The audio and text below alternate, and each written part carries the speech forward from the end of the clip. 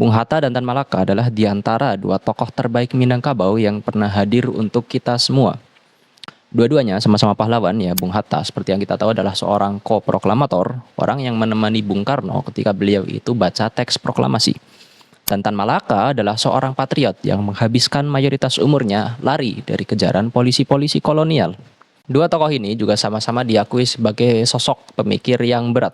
Kalau orang-orang yang suka filsafat ya pasti tahu buku namanya Alam Pikiran Yunani, yaitu tulisannya Bung Hatta.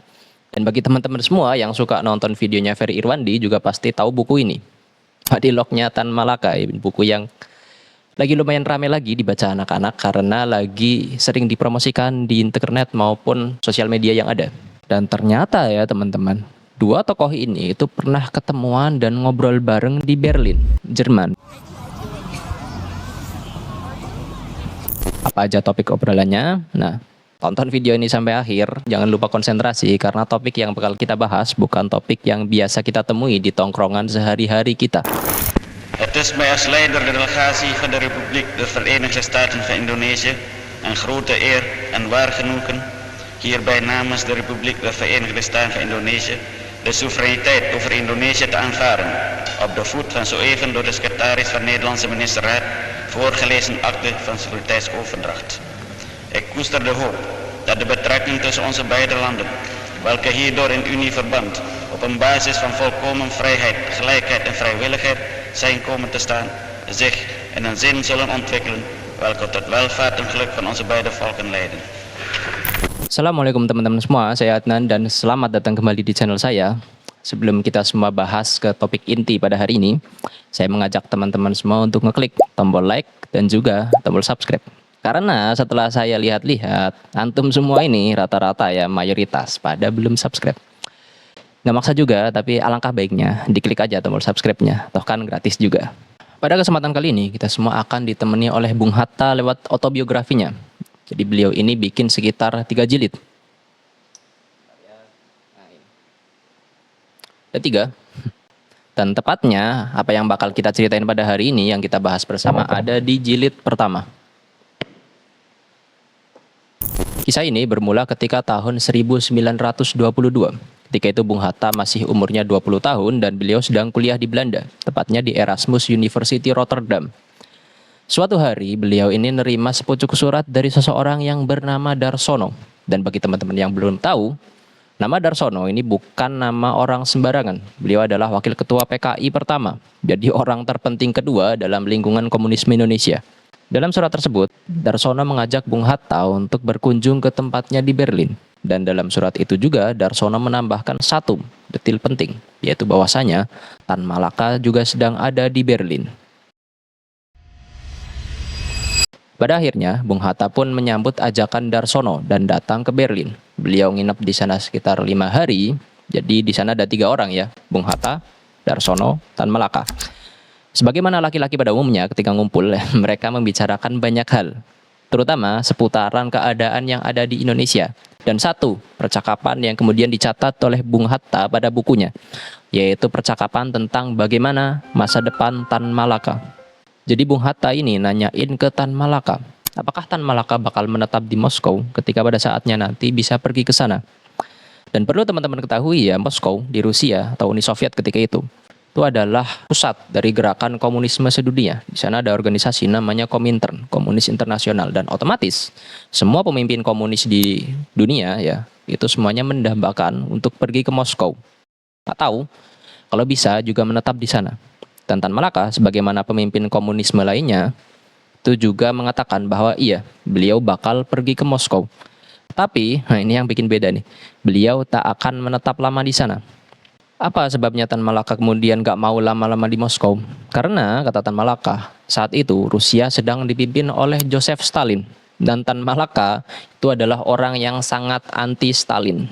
Jadi, kepemimpinan Stalin dulu itu udah bukan level otoriter lagi, tapi totaliter. Segala hal yang ada di masyarakat ya, sampai pada level apa yang boleh diucapin, apa yang gak boleh diucapin, apa yang boleh dipelajari, dan apa yang gak boleh dipelajari, semuanya itu dikontrol dan diawasi oleh pemerintah. Bahkan Stalin juga terkenal nggak suka dengan yang namanya oposisi. Orang-orang yang nggak cocok dengan kebijakannya, orang-orang yang berani protes, itu ya nasibnya 2 aja. Antara memang dia bakal kena kerja paksa di gulag atau ya langsung ngilang. Hal-hal yang seperti inilah yang kemudian membuat Tan Malaka itu nggak cocok dengan gaya kepemimpinan Stalin. Beliau kritik keras yang seperti itu. Jadi komunisme yang ada di benak Tan Malaka itu adalah tentang sama rata, sama rasa, kemudian adanya kebebasan berpendapat dan juga demokrasi. Hal-hal yang seperti ini itu kan sama sekali nggak ada di Rusia yang dipimpin oleh Joseph Stalin. Lebih jauh ya, Tan Malaka itu bahkan sampai mengkritik kepemimpinan Stalin ini, katanya udah kayak sistem perbudakan. Jadi ada satu orang yang dipucuk ke atas sendiri ya, dan yang lainnya itu ya budak-budaknya semua. Sebab itu, ini kata Tan Malaka, aku menjauhi lingkungan yang bertentangan dengan komunisme yang sebenarnya. Aku akan pergi ke timur jauh, ikut berjuang di sana untuk kemerdekaan bangsa Indonesia. Nah di sini nih, Bung Hatta kemudian menyela omongan Tan Malaka. Beliau bilang bahwa bukankah diktator itu termasuk dalam sistem komunisme? Kata Bung Hatta, ambil contoh ya, patokannya adalah Karl Marx. Itu kan ada namanya diktator proletariat. Jadi kalau pakai bahasa sederhana ya, itu ibarat kayak Bung Hatta ini ngomong ke Tan Malaka bahwa ente ngapain bingung Stalin itu kemudian jadi diktator di Rusia. Karena kan di sistem komunisme sendiri ada namanya diktator proletariat. Nah hal ini nih kemudian dijawab sama Tan Malaka bahwa yang namanya diktator proletariat yang ada di teorinya Karl Marx itu hanyalah soal masa-masa peralihan. Jadi kaum buruh ini ketika nanti revolusi komunis udah berkobar itu kemudian memindahkan kekuasaan dari orang-orang terbatas ya, orang-orang yang punya duit aja, para kapitalis, orang-orang kaya. Mereka yang punya alat-alat produksi ya, entah itu pabrik, entah itu sawah, kebun dan lain sebagainya, itu kekuasaan mereka dicabut dan kemudian dibagikan nih pabriknya, alat-alat produksi lainnya, tanah-tanah yang subur itu dibagiin ke masyarakat yang luas. Dan hal ini itu dijalankan oleh badan masyarakat, oleh orang banyak. Yang seperti itu kata Tan Malaka, itu sangat bertentangan dengan diktator perorangan yang sedang dijalanin oleh Stalin di Uni Soviet. Dari percakapan-percakapan ini, Bung Hatta kemudian menyimpulkan bahwa Tan Malaka itu adalah orang yang punggungnya selalu lurus. Artinya apa? Dia itu nggak bisa asal tunduk aja kepada seseorang. Ya, ibarat kalau tunduk kan punggungnya bengkok. Nah, ini enggak. Tan Malaka itu punggungnya selalu lurus. Bung Hatta kemudian meramalkan bahwa posisi Tan Malaka yang seperti ini ya, di mana beliau ini adalah seorang komunis, tapi beliau punya pemikiran yang beda, berani beda tepatnya. Itu bakal menjadikan Tan Malaka di suatu saat nanti itu bakal berseteru dengan yang namanya Stalin dan juga Komintern. Dan memang apa yang diramalin oleh Bung Hatta ini pada akhirnya kejadian juga sama Tan Malaka. Jadi nggak lama setelah pertemuan dengan Bung Hatta dan Darsono di Berlin ini, Tan Malaka kemudian pergi ke Moskow untuk menghadiri Kongres keempat Komunis Internasional. Bahkan kita masih bisa lihat dokumentasinya di mana beliau itu berdiri di antara wakil-wakil lain dari negara-negara Asia. Setelah menghadiri kongres, Tan Malaka itu kemudian menetap di Moskow hanya sekitaran 1 tahun aja. Jadi beneran nggak lama-lama menetap di sana. Kemudian Tan Malaka itu berangkat ke Cina, ke kota Kanton tepatnya, yaitu sebagai wakil Komintern untuk wilayah-wilayah Asia Tenggara. Nggak lama setelah penugasannya di Cina, Tan Malaka kemudian dengar rencana bahwa orang-orang komunis di Indonesia itu berniat untuk memberontak ya, tepatnya pada tahun 1926. Tan Malaka sendiri itu sangat-sangat menentang ide pemberontakan ini. Beliau nggak setuju dengan hal-hal yang seperti itu.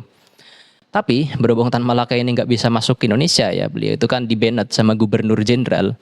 Pemberontakan ini pun ya tetap berjalan. Dan pada akhirnya ya gagal beneran. Pemberontakan ini dipandang oleh Komintern itu sebagai kesuksesan propaganda komunisme di Asia Tenggara. Walaupun ya hasil pemberontakannya ini sendiri ya, itu adalah sebuah kegagalan. Banyak orang-orang yang ditahan dan banyak juga yang kemudian dibuang ke Bovendigul. Dan karena pemberontakan ini itu dapat restu dari Komintern, Tan Malaka itu kemudian menganggap bahwasanya ini tuh ibarat kayak memprioritaskan ya kehendak Komintern di atas maslahat yang harusnya diterima oleh orang-orang Indonesia. Setelah kejadian ini, Tan Malaka kemudian memutuskan bahwa beliau udah nggak mau lagi kerja untuk Komintern. Kemudian Tan Malaka itu bikin partai baru namanya PARI, Partai Republik Indonesia. Di sisi lain ya Komintern yang kemudian tahu bahwa Tan Malaka ini memutus kontak dengan mereka dan juga malah bikin partai baru, kemudian akhirnya menjatuhkan vonis bahwa Tan Malaka itu adalah seorang pengkhianat. Gak cukup itu, Tan Malaka juga bahkan dituduh sebagai biang kegagalan pemberontakan PKI tahun 26. Padahal sebagaimana yang kita udah bahas tadi, Tan Malaka itu sangat menentang dengan ide pemberontakan yang ada. Cuma ya namanya lagi pengen cari kambing hitam ya otomatis semua orang bisa kena. Nggak peduli orang itu benar jadi biangnya atau bukan. Oke, seperti itu ya teman-teman semua. Kita semua jadi tahu sekarang bahwa Tan Malaka ini walaupun memang seorang komunis, beliau itu orang yang berani berpikir beda. Posisinya ini yang kemudian membuatnya terkucil dalam lingkungan Partai Komunis Indonesia itu sendiri atau bahkan komunisme internasional secara global. Mungkin itu ya yang bisa kita bicarain pada hari ini. Jangan lupa like dan subscribe-nya dan sampai jumpa di topik berikutnya.